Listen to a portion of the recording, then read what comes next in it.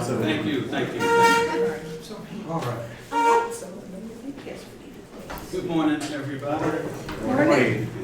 Thank you for coming to this brunch and learning this morning, sponsored by the Justice and Peacemaking Committee. Hope everybody's got some snacks and is enjoying themselves so far. We're here for a book discussion on Wilmington's Lie, Murderous, Coup of 1898, and the Rise of White Supremacy. So before we begin, I just want to open with a brief prayer.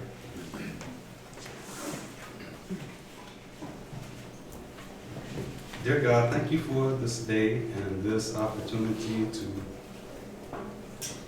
study, learn, and reflect upon a very important event in our state's history. We pray you'll guide our minds as we go through it, and we pray that you'll work in our hearts to encourage us to do what we can to better love our neighbors and ourselves. In your name we pray. Amen. Amen. Okay.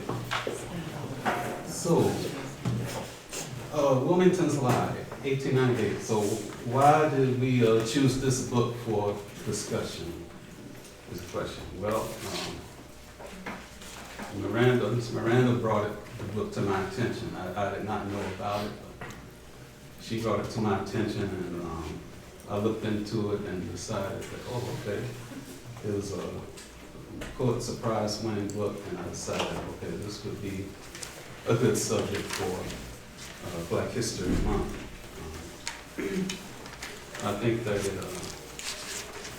kind of parallels or connects to modern times as far as the way the history is being treated, and the way the history is being revised and eliminated in some places, and deliberately misconstrued and misused. So I thought that it's relevant to some of the things going on today. And in my own study of this coup, I was aware of it, but I only became aware of it fairly recently, about maybe 9-10 years ago. I didn't learn about it in school or anything. And it shocked me when I learned about it, because it didn't match my idea or my image of Wilmington. As a young person, some of my earliest memories of Wilmington is, oh yeah, that's where the guy that played basketball was from. Popular basketball player, you may have heard of Michael Jordan. Yeah, that's where he grew up. And I said, yeah, that's a really nice little North Carolina city. And I've been there, several beach trips there, both as a kid and as an adult. So when I found out about that coup, it shocked me. And I remember I was there and I visited the Cape Fear History Museum in Wilmington, and they had an exhibit on this, and it was very, eye-opening. So that's a little bit about how I came to decide upon this book, and it's a very, I think it's very well written and put together. I like the way that the chapters are kind of short, so it's easy to kind of keep up with it. But it was hard to read a lot of this. Even, I've read other history books that have dealt with difficult periods in our history. But this one was pretty much the hardest one for me to read, because there's so many candid comments from people who are quoted in the book about race and about blacks in particular. So it was a challenge, at some points getting through it. So I just want to open up the discussion by saying that I welcome any points of view you may have to share, any experiences that you want to share. I do not plan for this to be a lecture, and I would like it for it to be, a discussion, that goes multiple ways. And one more thing I'll add that I appreciate about the book is that the author, David Sakino, brought a lot of nuance to the book as far as dealing with the different segments of the population and the different ways that various blacks in Wilmington dealt with the situation. It wasn't all one or the other. There are a lot of different approaches that people took to this. So with that, I just want to go into it. And so it starts pretty much in the aftermath of the Civil War. And at that point, there was a lot of resentment among many of the Southern whites about the fact that slavery had ended. And there was also a determination to impress upon blacks in the South, as well as the Union troops that was still there after the Civil War, that blacks were still not going to be treated as citizens, even though slavery had ended. They were not going to be citizens. And so the next big thing is you have the election of 1868, which comes after the Voting Rights Amendment. And so in 1868, you have blacks voting for the first time there in Wilmington, and blacks holding office. And so that's the thing that provokes the first backlash.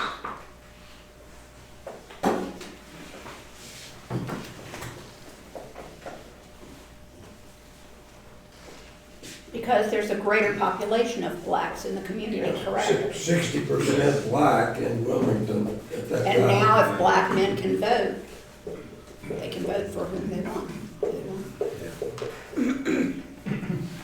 And hold, as he said, he's saying hold office too. Yeah, hold office. So that was considered pretty much the end of the world for many Southern whites. Because the common thinking was that they were not qualified to hold office, but particularly when there were whites who they were going to be governing over. That was just unacceptable. And then, the idea of blacks voting was rejected because they viewed blacks as ignorant and gullible, too ignorant and gullible to vote. So at that point, the wheels started turning for a return to complete white rule. And that's a recurring theme that undergirds this whole story, is that the country rightfully, and in North Carolina in particular, rightfully should be governed by whites. And for blacks to govern is just travesty for everybody involved. So they start maneuvering to try to get back to complete white rule. Now, and the author does mention that even after this election in 1868, when blacks began taking office, they were still a very small minority of the office holders. But even one black person in office was too much for many of the people in Wilmington at that time. And so at this point, now we have the Republicans and Democrats. So I'll just preface it to say that I'm not advocating for or against the modern day Republican Party or the modern day Democratic Party, but I'm just, when I refer to Republicans and Democrats, I'm speaking specifically about their role at the time of this book. So the Democrats at that time wanted, complete control of the government. So they started maneuvering to do that. So in 1876, they started a race baiting campaign, and they won. Democrats won control of the state legislature. And the author mentions on page 66 that they were celebrating a return, congratulating themselves on restoring white supremacy. That's 1876. But then something happens that throws the plan off, and that is the people of North Carolina began to be disenchanted with the way things are going. Pretty much, the workers, laborers were not happy with the way that things were going economically, and they felt like the Democrat-led government was favoring, wealthy money interests. And so they started changing over to the Republican Party. And they started, and in the process of doing that, they were trying to appeal to black voters. And so this new group of voters, new group of Republicans were called fusionists. Fusionists, and they became public enemy number one of the Democratic Party. So, just want to pause and say, people in one party switching to another party seems to have some kind of relevance to more recent events. It's not just something that happened back in the 1800s. And also the idea that we need to return to a time when whites were more in power is not unheard of in recent times either. No, it has no relevance, I don't think, to see a reaction or just a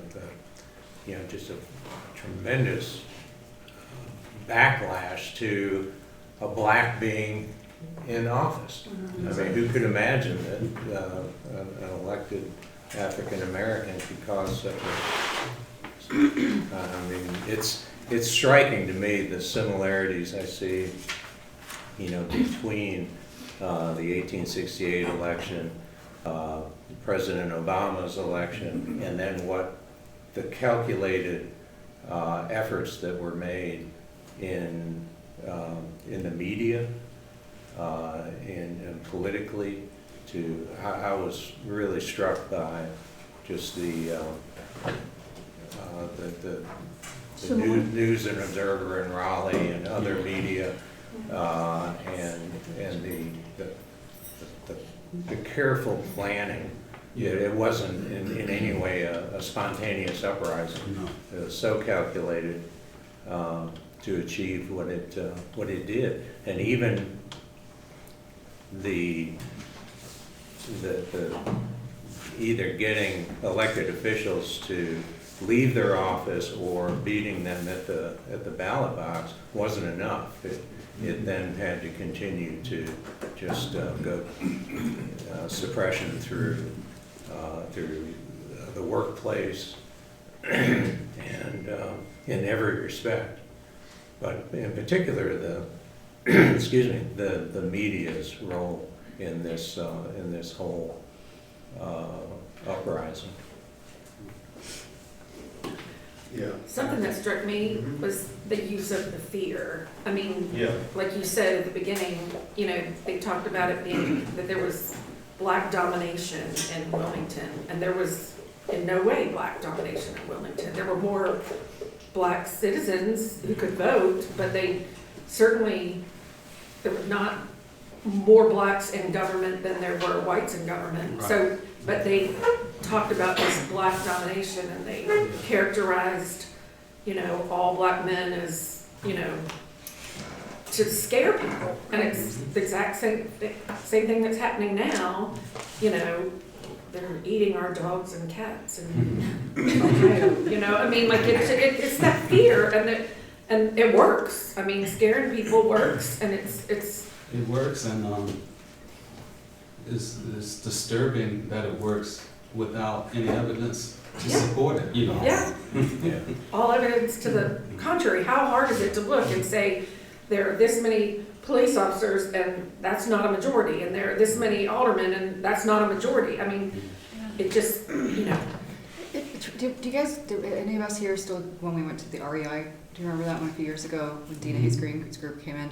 And we Yeah. went through the history that we might not have necessarily heard. And it goes back all the way to how we were formed and how people in power separated by saying, well, you might be poor and white, but you're still better than a slave, right? And that's what you still see happening over and over again. It's like the Civil War, after the Civil War, you see it this period. And when we talk about the political parties, it was the exact same thing in the Civil Rights Movement. You have Strom Thurmond, who was a Democrat, and then it became the Dixiecrats. So you have that, and they also used the fear. Now, what I cannot remember exact same year of the Jim Crow laws. Was this preceding that? Yeah, this preceded it. Okay, because I know we had that Supreme Court decision was around the same time. Yeah. Yeah, the Jim Crow, I'm glad you mentioned it. Jim Crow law, 1899, first Jim Crow law Okay. was passed Right. in North Carolina. 1 year later. So this was, yeah, right after. Yeah. Well, we do want to make it legal, all the prejudice and segregation that we're doing, so. That's what that way no one can argue with us because we make it the law. Yes.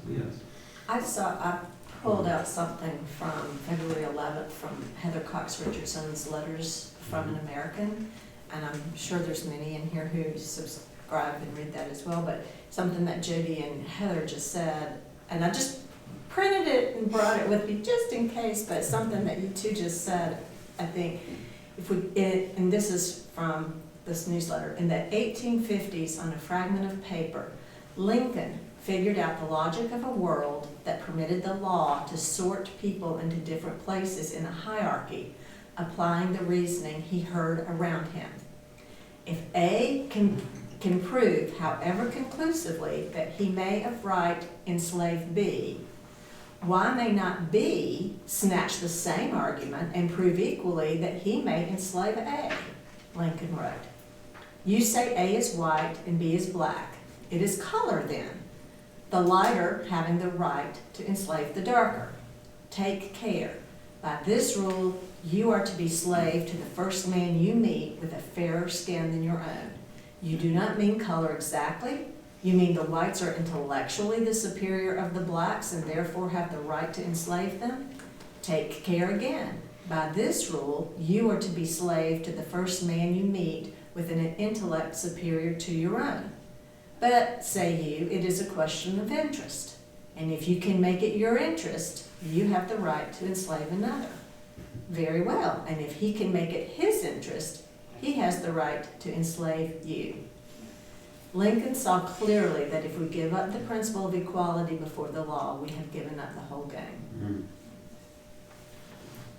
And I just, I mean, okay, no pontificate. The book is a perfect example of racial bias. I mean, and they have no justification for what they're doing, you know, so that must be bias, you know, basically. You don't use any reason, you just say that this is true, and you ask people to accept it. And if anybody questions, then you come back with the fear, Yeah. you know, to justify. Well, I think that if we look at the date, and that was something that struck me, it's so close to the Civil War ending. And to try and, which is a twist, to put my brain into the brain of someone who is from the South, who may have owned slaves, to think that at such a close amount of time, not only has my world completely shifted, it's not even, I mean, we had, you know, the government saying that black people weren't even a full person. So to put myself in the mindset of my government is saying this, these people used to, you know, used to run my home, and now they're going to tell me what to do. And it believe me, whenever I say that, I'm not saying I understand, not at all. But you know, I think of, to what Tim was saying, how long did it take between the Civil War ending and when we had a black man as president? You know, so it's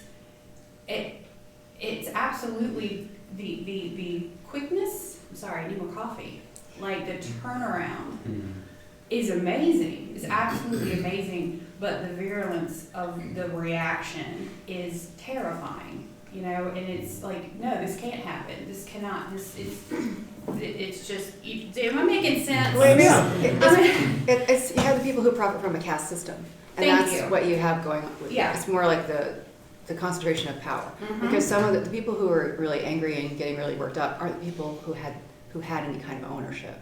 They were the people who were benefiting from the myth that they too had power in that system. So they're trying to keep that going, and that's what we still see with the same type of people who are supporting some of the practices that we see now. That does not benefit them. It doesn't benefit them, but they feel threatened by any kind of change, but that's how it's being presented to them. Go ahead. I haven't read this book, but I lived in Wilmington a few years ago for about a year, and I started hearing about it, and I'd never heard the story either in school. I grew up in Guilford County and never heard of it, and I think a lot of it has to do with the wealth, because what I've heard from people in Wilmington was that the black businesses were booming right before this event, and they were really doing fantastic. It was like I don't know what you call it, like a little micro. Black Wall Street and stuff. Yeah. You hear about I think that that's in the term. multiple cities across the country, how blacks have a thriving community. Yeah, and all the port, and all of the port city and the trade, and they were just doing great, and that brought, I guess, the old system viewed it unfavorably, because they're like, hey, this is our game, you know, you're not supposed to be doing this. That's a great point. So it was pretty much three-pronged, politically, socially, economically, in terms of this white supremacy campaign. So economically, the blacks were viewed as a threat because they supposedly were taking jobs from white people. Politically, they were viewed as a threat because they're ruling over whites. They're taking over the government. But then socially, it was a threat because, and this is the biggest thing, this is the biggest thing. Socially, they were a threat because they were starting to think that by having voting rights, that they were somehow equal to whites. And this would lead to black men raping white women. And that is the single most animating threat in American history. Still got people killed in the 30s and 40s. 30s, 40s, 2016, Dylan Roof, whatever his name is, who committed that massacre in South Carolina, referred to blacks raping white When people. LeBron James was on the cover of Sports Illustrated and Yes. he had to, do you remember the uproar of Yeah. that? And it's like, holy cow, this is the 2000s and people are still, you know, doing that. Sorry. So yes, I, like you, had never heard of this. I never heard of Black Wall Street growing up. me neither. How many other of these have happened that we don't know about? Well, Tulsa So, was very big. Tulsa's the best known, but there are others too. I would there had to be, they've happened all over the country. What? I'm sure they've happened all over the country, and I think it's one of those that whoever owns the history is going to tell the story. Exactly. So it depends on Victor was right, who's that's telling it. And I also want to emphasize not to romanticize Black Wall Street. It was not heaven on earth for black in Tulsa or in Wilmington or any of these other places. Durham. Blacks were not riding easy, living on easy street because they had these thriving communities. They had nice middle class communities, you know. So they had businesses, but they were very modest in terms of, you know, compared to big businesses. So I don't want to overstate the degree to which blacks were thriving, but the Because key everything is was that they still, were thriving, and that the fact that they were thriving posed a threat. but they were all still segregated. You know, they were Exactly, thriving exactly. because they had a large population Exactly. of people their own color, and Yes. so, you know, they could have their modest wealth and, you know, live in a nice house because they had enough people using their businesses, but it wasn't really integrated, you know, and they made it sound like it had gotten integrated and then they were taking over, and it wasn't like that at all. No, it wasn't. And so in 1894, to go back to the politics of it, that was another turning point because 1868, blacks vote for the first time, so that leads to a backlash. Well, they weren't happy with the Democrats in power, so the fusionists take control in 1894. That election causes another backlash because they say, hey, we had this thing and now we lost it. How are we going to get power back? And so they decided, hey, there's going to have to be some violence. We're going to have to overthrow them because we can't wait for everything to pan out election-wise. The next election in 1898 had federal offices, state offices, and county offices up for election, but the city of Wilmington was not. The mayor, the aldermen, all of them, they were not up for election in 1898, so they said, we got to get rid of these people too. So that's when they began to plot this coup that we got to overthrow the government. It's not enough just to try to win another election. So that's a turning point because then we have some key figures here. You know, Alfred Waddell, probably the biggest one, leading this white supremacy campaign up to the election of 1898. And they're using the fear tactics and the media. That's a big point of this story, is that the media was used to spread the fear. Newspaper was the big thing then. Now it's even worse because you got all kinds of stuff floating around. But in those days it was the newspaper, and that was probably even more effective because whereas now I'm over here getting my information here and somebody else is getting something other information over there. That time everybody's reading pretty much the same newspapers. And so, you know, these people who had the newspapers used the newspapers to spread this propaganda. And they just put out loud. They put out, well, And just I saw a black guy doing this, black guys are black men are planning riots. Exactly. And people took it as gospel because it was coming in the newspaper. And because it played upon the fears that they Played had. upon the fears. Exactly. And it was just as effective as social media. Very effective. They had a lot more newspapers back then too, so I think you had your major newspapers, but they still were spreading it through their little small group. But what does it all go back to? I think that's what I'm looking at. Is it the same? Because I think what they're doing now is preying on the fear of people who don't feel like they're economically disadvantaged. They don't have health care, they don't have a job, they don't have insurance. So they're saying, they're using that to say, hey, that means that the immigrants are the problem. Right. And then at that time period, was it the same situation? Like these people were not as economically advantaged. So they're looking and then saying, hey, these people have what you do, and they're not white. They have a So problem. is that how they get them going? Yeah. And some of the stuff was just comical. If you read the book, a lot of these accounts that people gave of how black people were misbehaving, it's funny. I mean, so I'll just read one from page 79. The last full paragraph. So this is talking about Mr. James. Page 79. Last full paragraph. And this is talking about Mr. Daniels. And they're spreading the propaganda in the newspaper, in the News and Observer. And so it says Daniels sold his copies of his North Carolinian at a cost of the Democratic Party. Okay, made sure they were distributed to white people. Okay, now the last paragraph, last full paragraph in 79 reads, Daniels worked to portray black men as sexually insatiable and at the same time weak-willed and easily duped. Even in situations where a white woman was merely in the presence of a black man, the News and Observer found cause for alarm.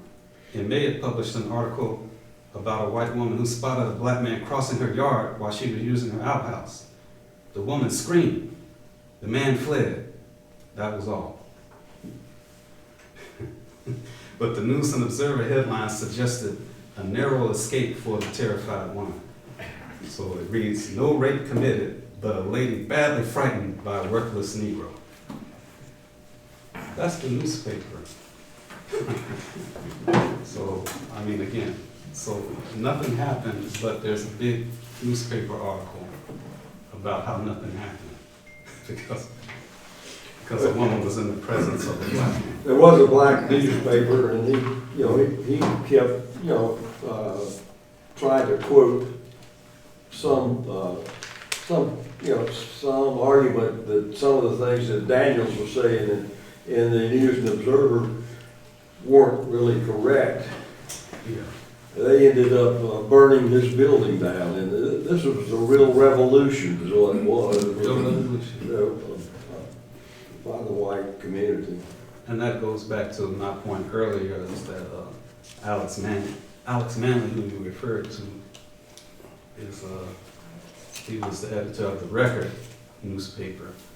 And in 1897, a white woman wrote a letter to the editor calling for black men to be lynched in order to protect white women. She was tired of all these stories about black men taking advantage of white women, so she called for lynching in a letter to the editor. She also gave a speech calling for it too.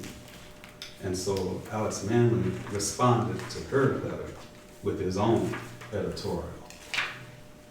And I don't know what you think about it if you read it, but I thought it was pretty innocuous, but I have to remind myself of the time in which it was printed. The bias of the readers. Yeah, the readers were not expecting a black man to talk like that. But he just wrote a letter saying you're being hypocrites by claiming that black men are raping white women and they're so pure and everything, and how whites, many white women have made themselves available to black men. White men have raped black women, many times, and you had no problem with it. So, that's basically the gist of the letter, but that's it. That ignites it. So my thesis is that the revolution would have happened, the coup would have happened even if Alex Manley hadn't written that. But that certainly really made it past the point of no return. Because as the book explains, there were plenty of whites ready to kill at that point. One of the chairman of the Democratic Party was saying that at one point he was going to give a speech with the intention of getting white people up in arms, and he was concerned that they weren't, fired up enough about what was going on. He needed to get them to, really get up in arms about it. And then he got ready to give a speech, and he found out they were more up in arms than he was prepared for. They didn't need a speech. I mean, there were people just volunteering left and right, ready to kill. And then when they carried out the coup, they not only used the Wilmington light infantry, which was made up mostly of former Confederates, and then they used naval reserves, also made up mostly of the same people. They used them to carry out this coup, but then they also had people coming in from other towns surrounding Wilmington. Maxton was one of the cities, but there were others too. Clinton. They're calling in militiamen from all over the place, and they were eager to come in and put these blacks down. So. And there, the proximity to the Civil War, is these men have just been squashed from their loss of the Civil War, and this is their opportunity to show we're not squashed, we're still powerful. The South will rise. I love your comment when you said they felt like they were emasculated by the Civil War, yes. By white, mostly the majority of white people from the North. The Union, just totally destroyed them. Right.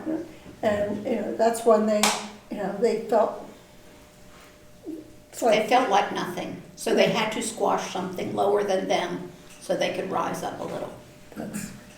Well, when we were talking about all this, it sort of reminded me of January 6th not, the issues were different, but just how people can get so incited into doing something without any real evidence that anything that, you know, they were just told that we've got to take back our government, you know.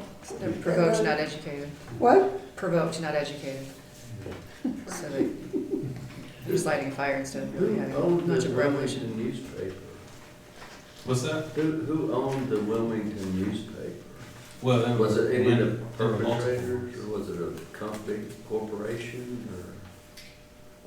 The Wilmington Star, the local. The paper that everyone was getting all this info, was it owned by like a big company, a big corporation, or was it owned by individuals? Yeah, it was like individuals. And it was the Raleigh News and Record was what News and they got News a and lot of their information from. It wasn't even just a Wilmington Oh, paper. okay. Yeah. It was the Raleigh paper It was that the whole state coordinated was. between the two, and then they even had the Washington Post and the New York I Times. was down there, yeah. Had reporters there, but they were being met at the train station and wined and Wined and dined. dined, so- You know, given, the Democratic Party was giving them their version of what was going on, and so they go back and report, you know, untruths, half-truths, mistruths. And what really, another troubling thing was the contacts with what President McKinley, and the President of the United States being made aware of what's going on and absolutely no response. Yeah. That was very striking. Yes, Yeah. and it wasn't just the former Confederates that were in these white militias. You had active federal white militia that were coming back from service in the Spanish-American Spanish War. American. And they made sure that they got back to Wilmington prior to the coup. Right. But the black regiments, militia, they kept them in a training center in Georgia, did not. Georgia. So the federal government was complicit in it as well. Yes. That's a good point. And they even did a nice write-up about McKinley, stuff that I didn't know about, how he had this history of standing up for blacks, for the rights of blacks and everything. And then But Josephus when the rubber Daniels, met the road, Josephus Daniels ends up in the FDR administration. Yeah, after all of this, it's just if you haven't had a chance to read the book, the Justice and Peacemaking Committee really wanted the congregation to know about this. So please take one of these copies and read it when you can. And if you don't get the chance to read, go to the PBS. Yes. Did an outstanding documentary. It's about 1 hour and 50 minutes. If you just go to YouTube and put in PBS documentary Wilmington's Lie, it'll pull it right up, and it has the author of the book was a substantial contributor to the documentary, as well as descendants of a number of the people directly involved. Manley's, I think, great-grandchildren, the one that contribution in there that struck me was, yes, a descendant of Daniels, talking about taking down his statue, and how they were just, came to be mortified by his involvement. There's so many just interesting things. I don't know if anybody else was struck by the discussion of Buck Keenan and his role in the Gatling gun, and I thought that's a pretty familiar name. Yeah. And it actually is who Keenan Stadium was built in honor of. But in 2017 maybe, the university changed the historical attribution from Buck Keenan to his son, who gave the money to build the stadium. But so they didn't want to take the name away, but changed it slightly.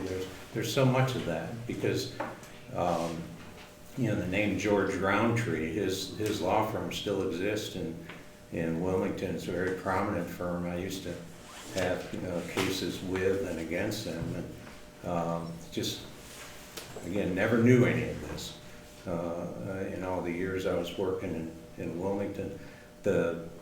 After the book was written, the North Carolina Bar Association has its annual conference every summer. Convention alternates between Wilmington and Asheville, and it was shortly after the book was written. I know they had the author involved in it and a number of appellate judges, justices involved, and they did an extensive presentation at the convention. And you've got all these people, lifelong North Carolinians, and virtually none of them had ever heard of this. It's something you ought to be aware of. Well, that's what I asked you, because I grew up in New York State, and I had heard nothing about this. And you said you grew up here, and you. No, I didn't grow up here, but I worked there, and then you said you grew up here, and you knew nothing about it. And About maybe 3 years ago. Yeah, I started working there in 1981, and worked with half a dozen of these names, very prominent names. Well, the same thing's happening today. They want all these things taken out of the textbook and not taught in schools, and they're just changing history. The Smithsonian. Have you been to the Smithsonian lately? What they've done? It's not pretty. I mean, they've changed history just totally. It's this, it hasn't stopped, that's for sure. No, it hasn't, and it was interesting. They mentioned some pastors who were involved in the white supremacy movement as well. I thought that was interesting. And then there were one passage in particular I want to point out on pages 262, volume 262 and 263, talks about the approaches of two ministers in Wilmington. This is after the coup has been taking place. Blacks have been killed and people are removed from office. And people run out of Wilmington and all of this. So this is when they start, building a narrative, telling the story of how this is going to be taught, what happened. So it talks about Brooklyn Baptist Church, where James W. Kramer was the pastor there. And so he addresses the congregation, starting there at the bottom, 262. God, from the beginning of time, intended that intelligent white men should lead the people and rule the country. I'm not a friend of lawlessness, and I put forth indefatigable effort to prevent bloodshed, but the expected has happened. In the riot, the Negro was the aggressor. I believe that the whites were doing God's services, as the results for good have been felt in business and politics and in the church. We'll give the Negro justice and we'll treat him kindly, but never again will we be ruled by him. This is coming from the pulpit on Sunday morning. Then you have pastor at First Presbyterian Church that same Sunday. This is in 263. Second full paragraph. Since we last met in these walls, we have taken the city. He told his congregation that is much. And then it says he described the events of November 10th as a pivotal battle. He invoked the recent Spanish surrenders in Cuba and the Philippines and compared the conquest of Wilmington to that of Jerusalem. This city we have taken not by investment and seed, not by shot and shell, but taken as thoroughly, as completely as if captured in battle. It has been redeemed for civilization, redeemed for law and order, redeemed for decency and respectability. For these things, let us give God glory. That's coming from the pulpit on Sunday morning. So it shows you that this, this white supremacy campaign was not just, an isolated thing among a few people, but that it was very much part of the culture to the point of even being, in the church. And I guess I can understand whites identifying with whites, whites celebrating a victory for whites. But I don't understand how ministers can willfully just lie to people like that and do it in God's name. They're white people too. I mean, they've grown up with the same biases and everything. Just because they are minister doesn't mean that they can't be bigots. That's still happening today. So that's still, there's plenty of, They justify White supremacy is not just a southern thing either. It's not It's just as strong in the Northeast. oh, it is definitely. It mentions on 267 that many Northerners really hated the way the Southerners carried out the violence in Wilmington, but they did not disagree with the result. They welcomed the return of what they regarded as the natural order in America. Whites ruling blacks. So that's that. But yeah, I'd be remiss not to mention that I am so proud to have Stephen Fearing as our pastor, especially after this morning, because he not only knows the Word of God, he knows about roofers. Tell me something good. I mean, this pastor is the guy to go. Whoever made him pastor, we did. Oh yeah, that was cool. The bar is that low. I'll take it.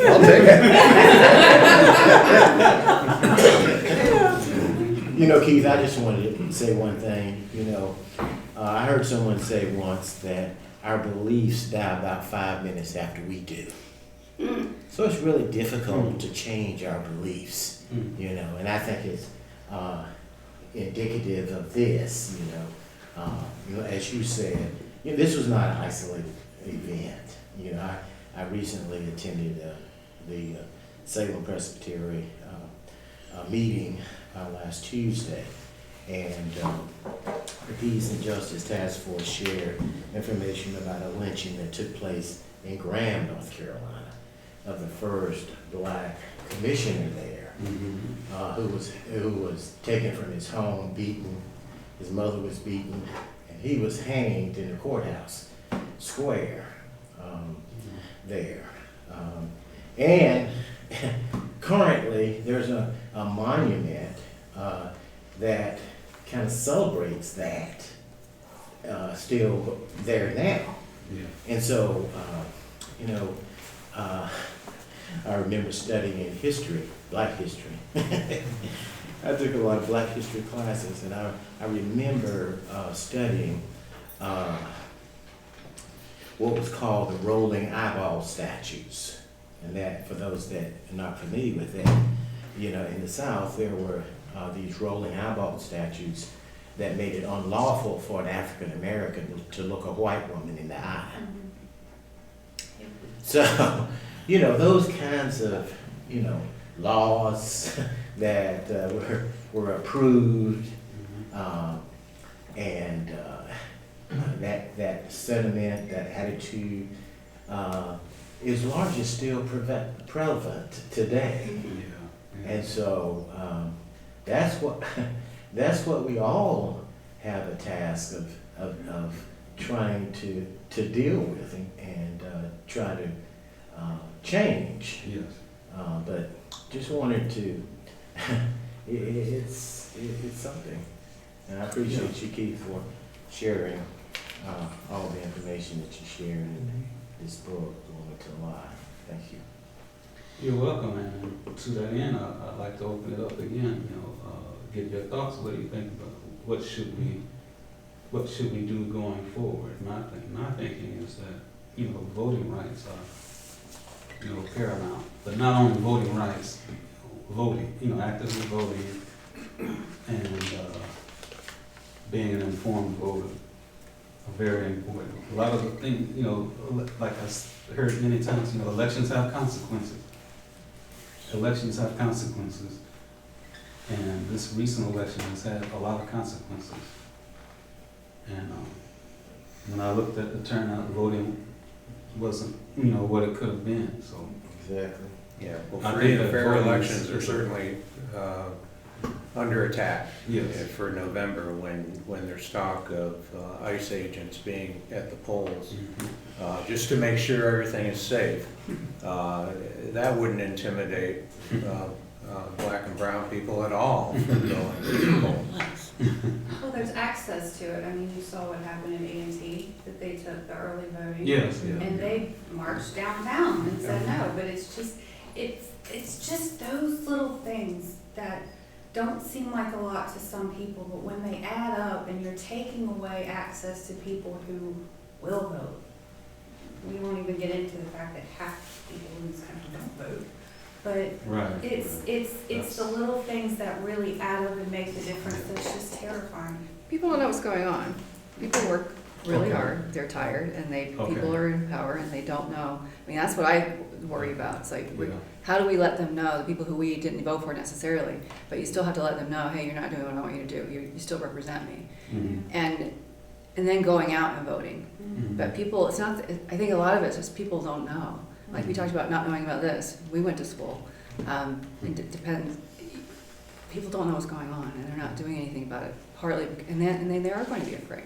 You see what, I mean, you talk about ICE making other people, minorities afraid. They're going to make white people afraid too.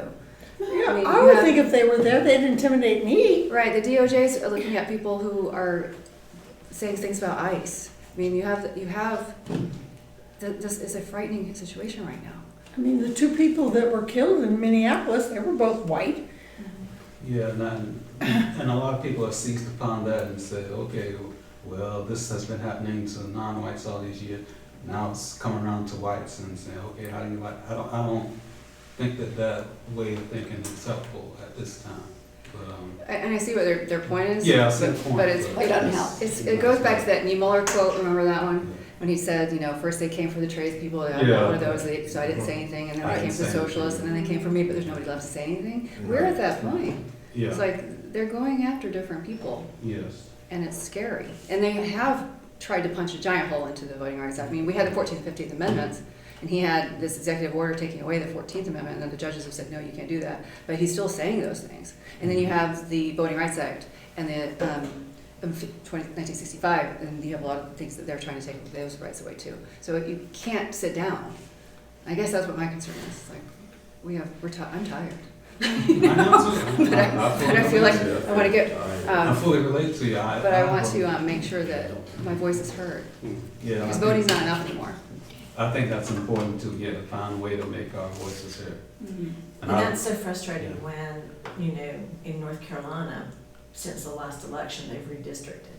Right. And, have made Well, that's districts so that there's not a choice in those districts. So then why should those voters go vote? Right. Because Well, it's not we're- gonna matter. We have I didn't have a Democratic voter- choice. I didn't have a choice.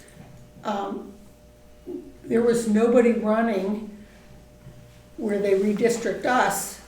There was nobody running for Congress that was a Democrat. I mean, I had choice. I could pick the Republican, which I didn't. I just didn't vote. I didn't vote for anybody, which is like basically they're controlling me because they redistricted. So the person that was in power, Kathy Manning, she was sort of where she was living was gerrymandered out of. Yeah. And that's the problem we have with we have a Democratic governor who can be vetoed by the Republican General Assembly. Mm-hmm. And they So want to you keep it can't. that way. Yeah. And that's why they're redistricting. Well, as people of faith, I think that it's a really helpful thing for us to frame voting rights as a sacred thing.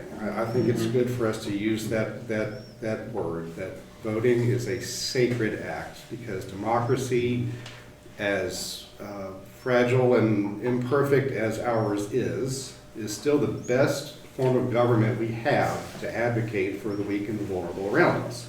And if you take away that right, whether through intimidation by ICE presence or or gerrymandering or whatever, or nationalizing elections, that is stripping away the dignity of human beings. So I think as a church, that's language we need to lean heavily on in a very nonpartisan way. Just to simply say every human being deserves the right to vote, regardless of the color of their skin or whatnot.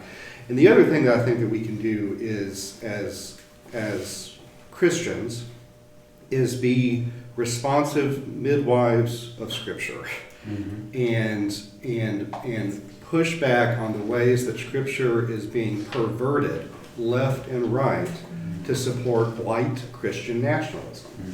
When you have the Attorney General of both this administration and the previous one and others in this administration quote Romans 13 over and over and over again as if just because someone has been elected that they are somehow God's ordained.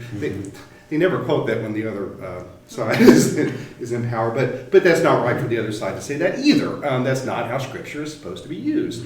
And I think it's all of us, whether we are in the pulpit or in the pew, should say, no, that's not what that means.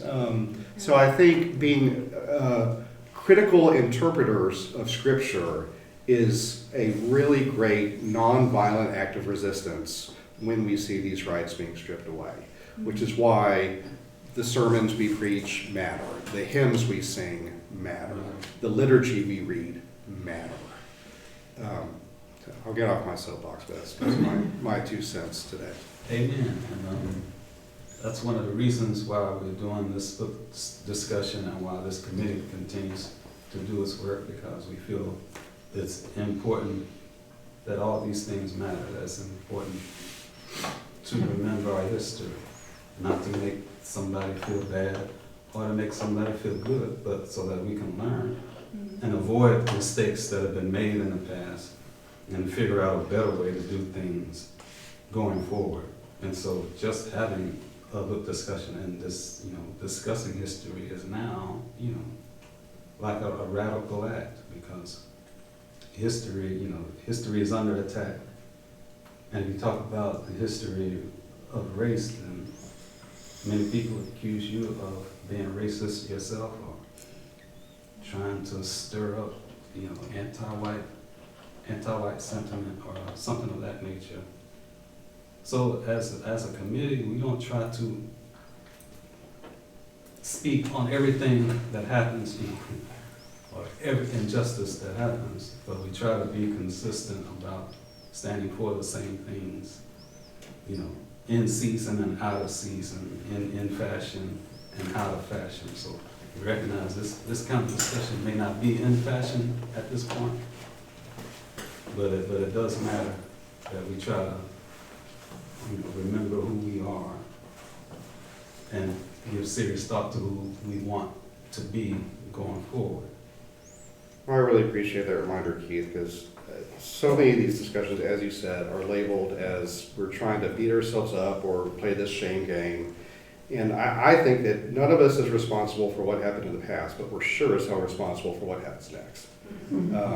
And I think that everything that we can do to resist the cynicism that leads to half of the country not voting, or especially I am very concerned about the disengagement of younger generations when it comes to what's going on, when they're getting their news from nothing but TikTok, from who knows, God knows That's where they get it. They don't see any truth on either side, and they just when I speak to some Gen Zers, the amount of cynicism and nihilism is scary.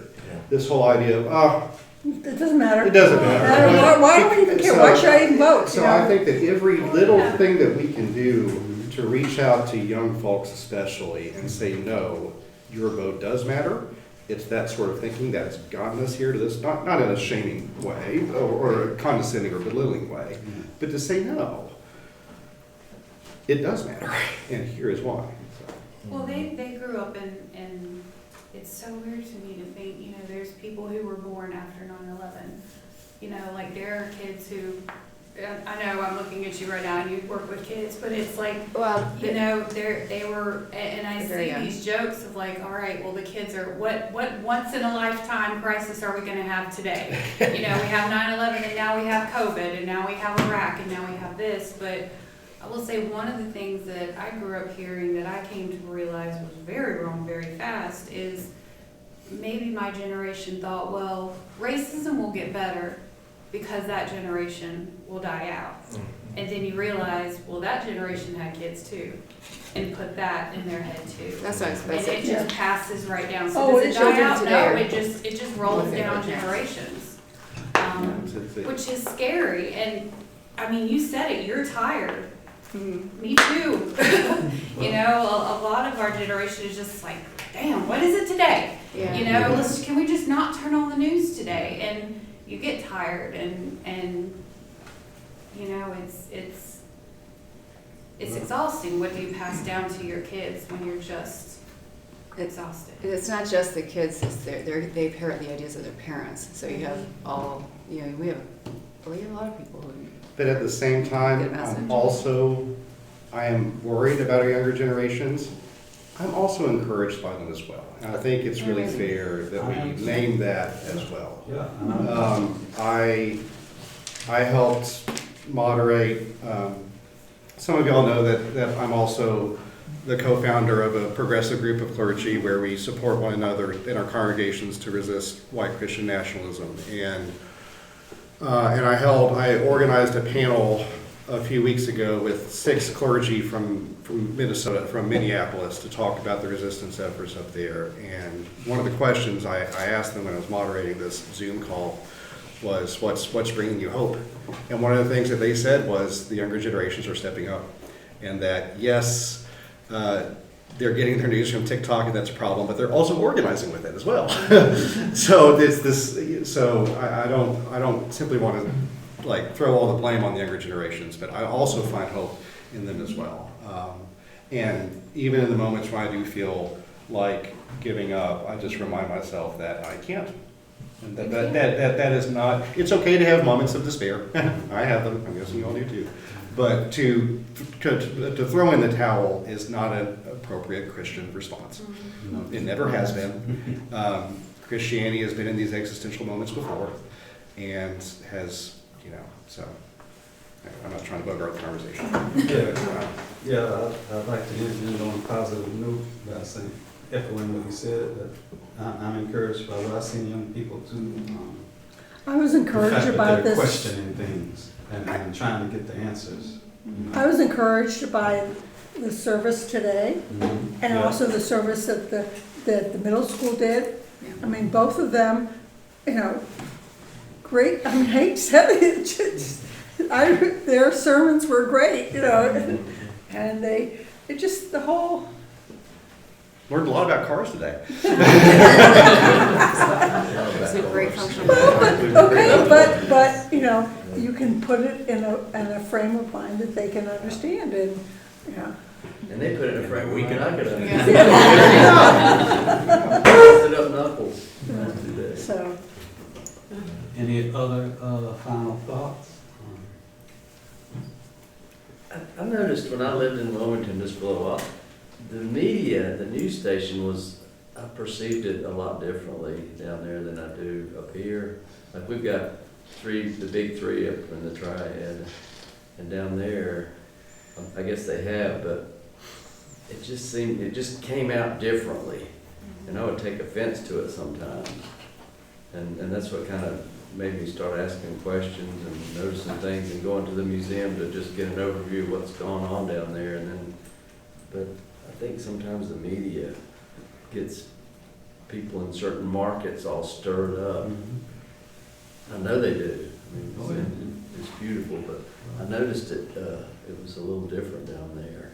Are you talking about the TV or the print The media? TV, yeah, just the morning and evening news. It just came out a little differently, like a different angle on it that I wasn't quite used to. How many stations do they have there? It doesn't seem like they have a great big choice. Like up here, we have about 3 different stations. Another Higher population center, they probably just have that 212 or PBS. Right. But And PBS is everywhere in the state, but the local station seemed to be the one that advertised all the time. I just, Was it Spectrum? no, it wasn't Spectrum. I think It was like They have an an NBC airwave local, station. don't they? Yeah, they. But I don't think they have all three. They don't have Yeah, CBS it seemed and like it ABC? was No, they have. more limited. Those three, but Like they- you got a one type of news viewpoint and that was it. There are a lot of places in the state like that though, because we have a high population center. Because I thought Wilmington's Yeah. one of our bigger cities, I thought, more progressive modern cities. Yeah, I was struck by the fact that it was the largest city in the state. In Yeah. 1898, didn't Yeah. know that. I And at didn't know that that. point, blacks makes were sense for the court. 56% of the population of Wilmington.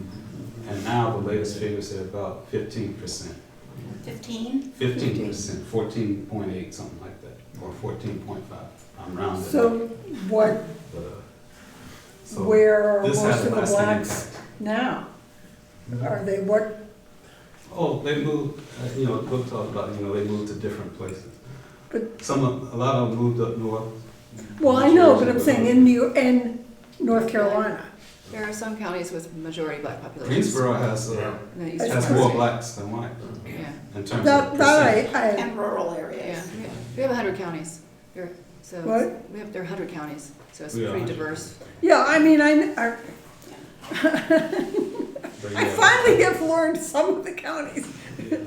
So, this had a lasting impact Yeah. on Wilmington. Yeah. But having said that, I know how bad things are now, but I don't think I would want to live at any other time. I don't want to go back to the days of Vietnam. I don't want to go back to the days of the witch hunts and burning women at the stake. I don't want to go back to the days of slavery. So I'm very happy to live in the times that I'm living in. And again, I think young people are key to moving things in a different direction. So just as things have gotten here, things can go somewhere else. And just like I pointed out there, every time blacks have made some progress, some kind of advance, there's been a backlash, some kind of retrenchment. And so what we're seeing is the latest iteration of that, and I'm fully convinced that there will be more progress made, in the days to come. So in that, I'll leave it on that note, and thank you all for attending this brunch and learn. I hope you got something good out of it. Yeah.